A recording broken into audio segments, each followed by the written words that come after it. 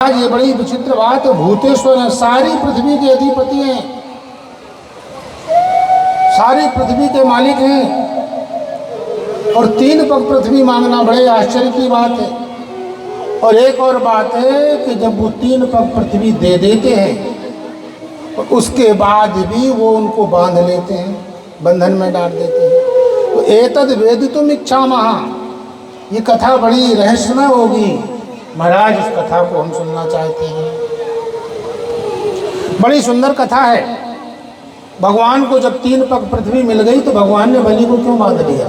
नहीं बांधना चाहिए था। और फिर ये सब पूरी पृथ्वी के मालिक हैं और भूदेवी इनकी पत्नी है, तब फिर मांगने की क्या भी जरूरत है? ये कथा बहुत अच्छी है, इसमें बड़ा रहस्य है, ये हम जानना चाहते हैं। तो श्री सुखदेव जी महाराज ने राजा परीक्षित के प्रश्न का अभिनंदन किया और कहा हम तुमको कथा सुनाते हैं कि देवताओं और दैत्यों में युद्ध चल रहा था और उस युद्ध में देवता हार गए। अब जब देवता हार गए तो शांत होकर विराजमान हो गए। उनके गुरु महाराज ब्राह्मण भले बलवान थे, भृगुवंशी ब्राह्मण,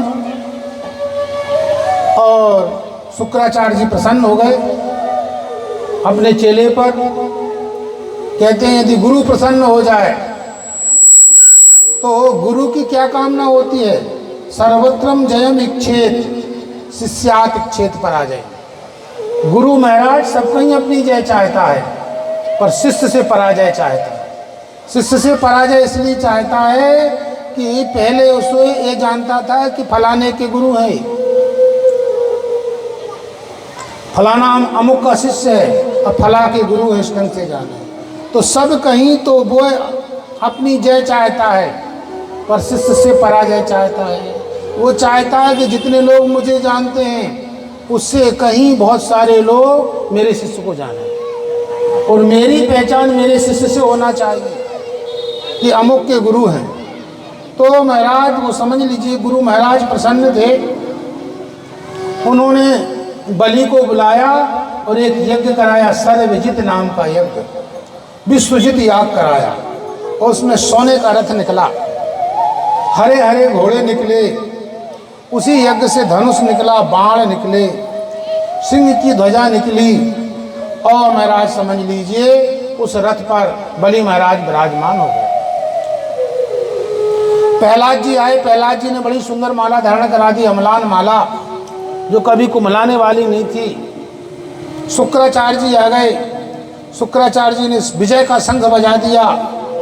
षंडामर्क आए, षंडामर्क ने स्वस्ति वाचन कर दिया और महाराज समझ लीजिए अमरावती पर चढ़ाई कर दी। दैत्यों ने बलि को राजा बना करके स्वर्ग में चढ़ाई कर दी और जैसे स्वर्ग को दैत्यों ने घेर लिया चारों ओर से तो इंद्र अपनी आसन से उठे और बृहस्पति के पास गए। कहा महाराज बड़ा धर्म संकट, जिनको हमने हरा दिया था उन लोगों ने हमारे अमरावती को घेर लिया है, क्या किया जाए? तो गुरु महाराज ने कहा कि भागो, छोड़ो। कहा कैसे छोड़ दे, युद्ध तो करना पड़ेगा। कहा नहीं, तुम युद्ध नहीं कर सकते हो क्योंकि ब्राह्मणों का आशीर्वाद इनके साथ है। जिसके साथ ब्राह्मण का आशीर्वाद होता है देवता भी उसको परास्त नहीं कर सकता। तो आप समझ लीजिए भगवान भी इनको परास्त नहीं कर सकते हैं, इसलिए तुम अभी तो अमरावती छोड़ के भाग जाओ और कोई ऐसी युक्ति लगाओ कि ब्राह्मण नाराज हो जाएं और ब्राह्मण नाराज हो जाएं, शाप दे दें, तभी तुम इन पर विजय प्राप्त कर सकते हो। ऐसा आदेश गुरु महाराज ने बृहस्पति ने दे दिया। इंद्र ने सब लोगों को कहा अपना स्थान छोड़ो। इंद्र ने भी अमरावती छोड़ी, अमरावती छोड़ करके पर्वतों की कंदराओं में जाके छुप गया। अब आप समझ लीजिए इनकी माता थी अदिति। अदिति को बड़ा कष्ट इस बात का, कहते कश्यप और अदिति दोनों संन्यास जीवन व्यतीत कर रहे थे। जंगल में दोनों के अलग अलग आश्रम थे। कश्यप जी अलग आश्रम बनाकर निवास कर रहे थे अदिति अलग आश्रम बना के निवास कर रही थी। कभी कभी कश्यप जी अदिति के आश्रम में चले जाते थे। तो एक दिन क्या हुआ कि कश्यप जी जो थे अदिति के आश्रम में गए। अदिति को उन्होंने देखा, उसका मुंह कुमलाया था, मिलान था।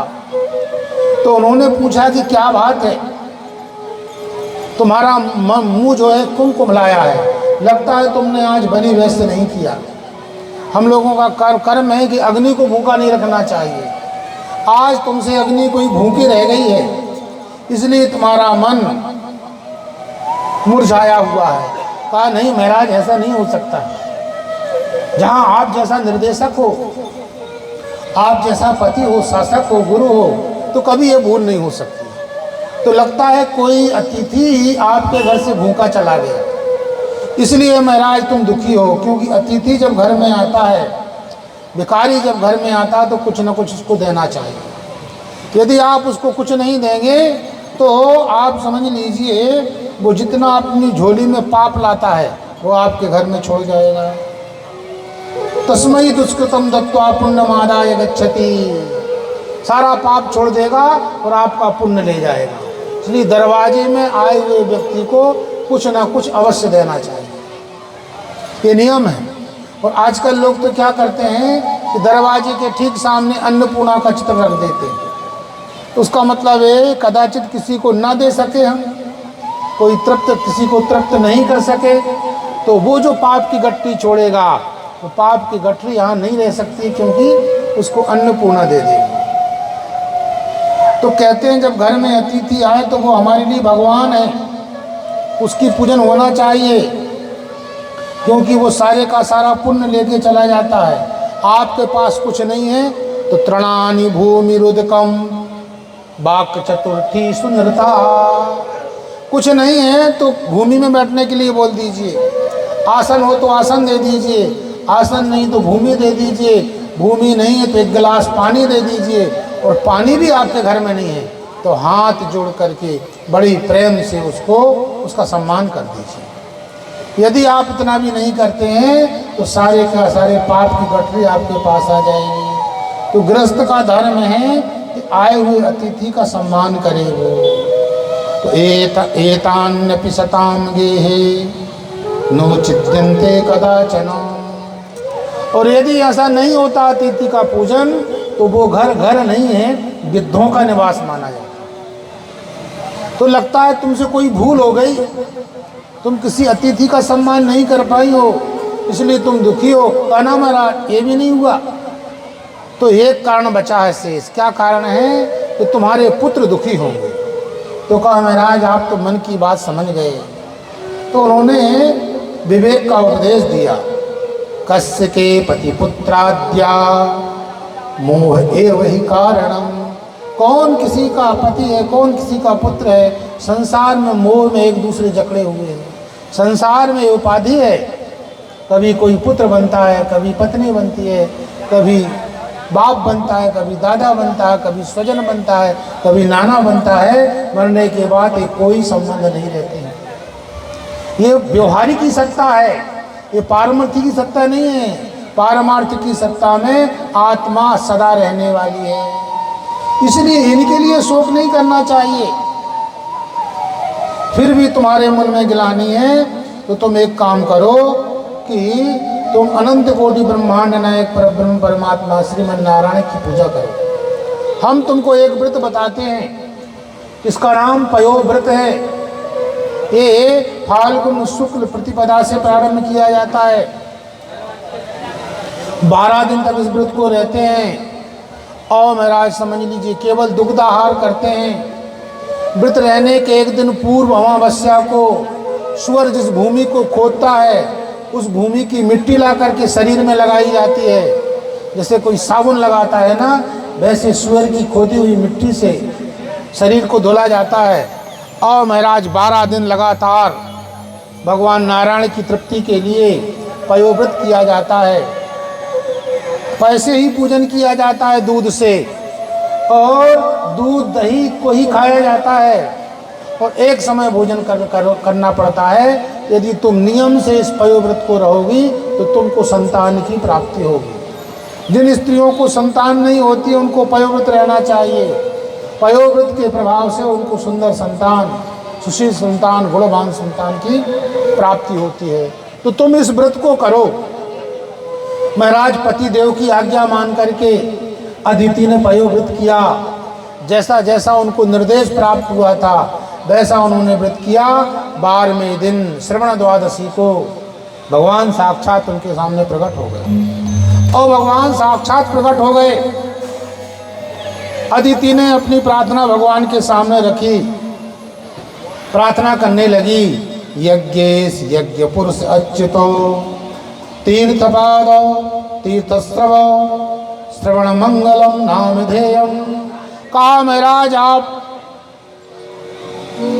यज्ञ पुरुष हैं, आप अच्युत हैं, आपकी जो सेवा करता है वो निश्चित ही सेवा का फल उसको प्राप्त होता है।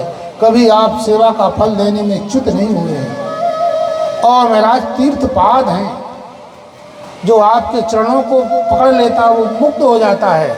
और आपका नाम भी पाप को मुक्त करने की सामर्थ्य रखता है। तीर्थस्रव यज्ञेश हैं, यज्ञ पुरुष हैं।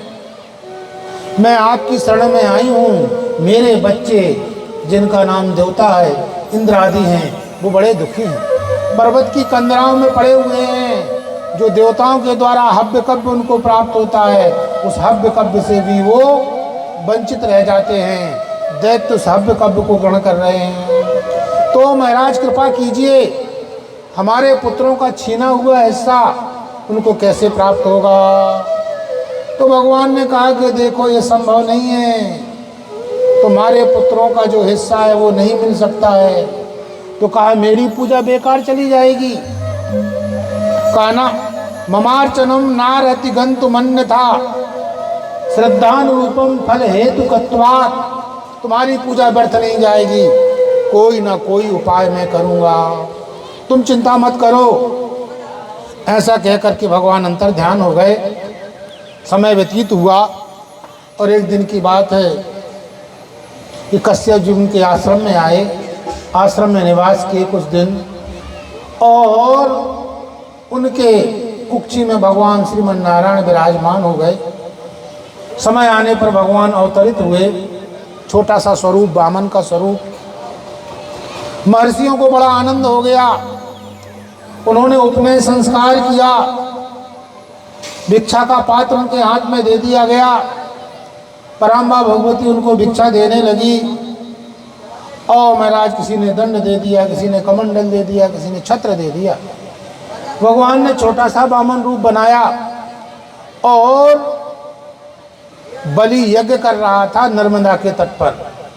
आजकल गुजरात में स्थान आता भरूच, और वहाँ यज्ञ कर रहा था। नर्मदा का सुंदर तट था। 99 यज्ञ उसके पूर्ण हो चुके थे। ये अंतिम यज्ञ था। वो इंद्र तो जरूर बन गया था, पर जो शतक्रतु होता है वह इंद्र बनता है। जिसने 100 यज्ञ कर लिए हैं वही इंद्र के पद को सुशोभित कर सकता है। तो इसने 99 यज्ञ कर लिए थे। ये अंतिम यज्ञ था। इस यज्ञ के पूर्ण होने से शतक्रतु हो जाता, और जब शतक्रतु हो जाता तो ये इंद्र बन जाता। भगवान इसके पास गए और भगवान जैसे ही पहुँचे, छोटा सा वामन स्वरूप में, बलि प्रसन्न हो गया। और बलि प्रसन्न हो गया, बलि के यज्ञ में भगवान ने प्रवेश किया।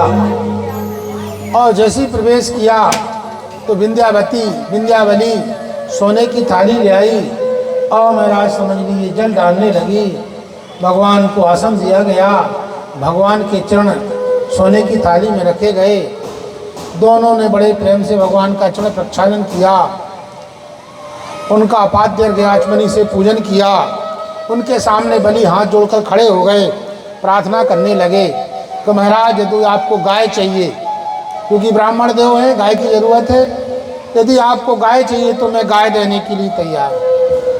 आपकी इच्छा है कि मुझे कोई वाहन चाहिए, चाहे वो जल में चलने वाला हो, चाहे आकाश में चलने वाला हो, चाहे भूमि में चलने वाला हो, जो भी आपको वाहन की ज़रूरत है, यान की ज़रूरत है, वह भी आप मांग सकते हैं।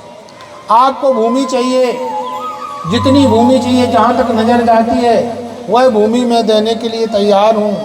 आपको घर चाहिए तो बड़े बड़े सुंदर बंगले दे सकता हूँ, और महाराज आपको यदि पत्नी चाहिए तो वह भी हम दे सकते हैं। कहते इसकी एक पुत्री थी जिसका नाम था कांचनमाला।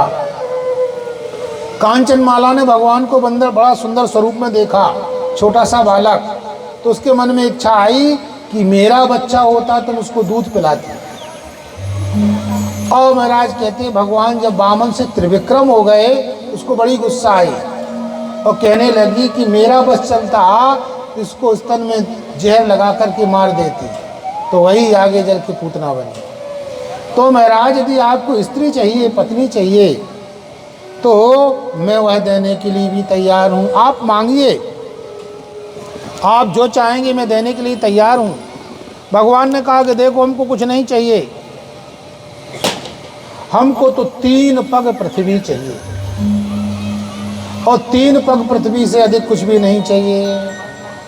तो 3 पग पृथ्वी किस लिए मांगी कि भगवान कहते हैं त्रिविधम नरकस्येदम द्वारम नाशनमात्मनः कामा क्रोधस्तथा लोभस तस्मात् एतत्त्रयं त्यजेत।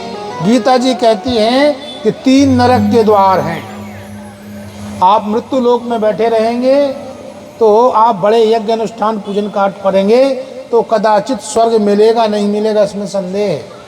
पर यदि आप मृत्यु लोक में बैठे रहेंगे तो नरक का द्वार यहीं से खोल सकते हैं, चाबी आपके पास। और वो 3 चाबियां हैं, काम है, क्रोध है और लोभ है। जिसके पास काम क्रोध लोभ है या 3 में से कोई एक है तो समझ लीजिए उसके नरक के द्वार खुले हुए हैं। तो एतत्त्रयम त्यजेत, इन 3 को छोड़ देना चाहिए। तो मैं ये चाहता हूँ कि मेरा जो भक्त है उससे 3 पग पृथ्वी मांग रहा हूँ। मैं 3 पग में काम क्रोध और लोभ मांग रहा हूँ, और तीनों से मुक्त होकर के चतुर्थ स्थान में बैठ जाओ। और महाराज 3 पग मांगने का मतलब ये है, भगवान कहते हैं जागृत अवस्था मुझे दे दो, स्वप्न अवस्था मुझे दे दो, सुसुप्ति मुझे दे दो। जागृत स्वप्न सुसुप्ति तीनों से परे तुरीय अवस्था में तुम जाके विराजमान हो जाओ। तो 3 पग ही मुझे पृथ्वी की जरूरत है, उससे अधिक नहीं चाहिए। क्योंकि उससे अधिक मैं यदि कामना करूँगा तो समझ लीजिए असंतोष हो जाएगा, और ब्राह्मण असंतुष्ट हो गया। असंतुष्टा ध्वजा नष्टा संतुष्टा च भूपति। असंतुष्ट ब्राह्मण नष्ट हो जाता है और संतुष्ट राजा नष्ट हो जाता है। राजा साम्राज्यवादी होता है, राज की सीमाओं को बढ़ाना चाहता है। यदि वो संतोष कर लेगा तो सीमाएं अपने आप रुक जाएंगी। तो ब्राह्मण को असंतोष नहीं करना चाहिए। और महाराज मन तो ऐसा है जितना भी दे दोगे उतना ही कम रहेगा। तो संतोष जो है सबसे उत्तम श्रेष्ठ धन है। इसलिए कहा गया है गोधन गज धन बाज धन और रतन धन खान, जब आवे संतोष धनो सब धन धूल समान। संतोष रूपी धन यदि आपको प्राप्त हो गया तो वो सब धनों से श्रेष्ठ है, और सारे धन उसकी धूली के बराबर नहीं है। तो महाराज मैं ये चाहता हूँ